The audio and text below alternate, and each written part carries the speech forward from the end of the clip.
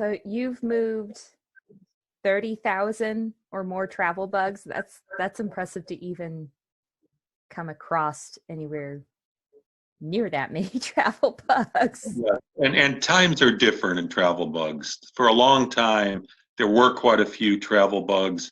I'm gonna use the term out in the wild, out where you would pick them up in caches, and we would move them.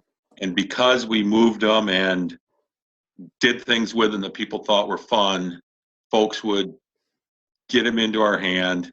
I ended up with kind of a network of people around the country. For instance, in the Dallas area, and I was in the Dallas area every 4 to 6 weeks.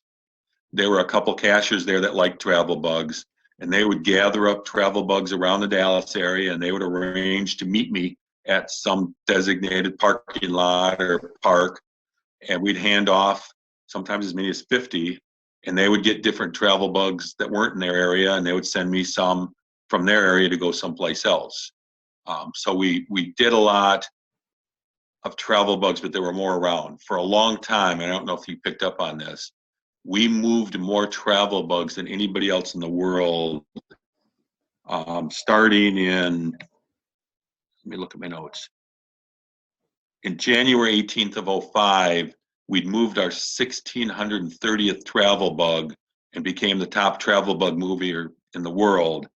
And we carried that on until early 2012 after our 23,000th travel bug, and then someone passed us. That's amazing. But the people who passed us at that point in time, that was when geocaching changed what logging a travel bug meant, and you could just discover trackables and literally not move them. And that's when the people started passing us as far as the numbers of trackables that they had discovered. But we worked very hard and only discover maybe 1 or 2 trackables that people ask us to go through and do that we've met and are friends with. Other than that, we literally move every trackable that we have in our possession. So we retrieve it and then we place it in another cache. Oh, so early on, the discovering option wasn't a thing. Correct. No. It wasn't there at all. And I didn't know that.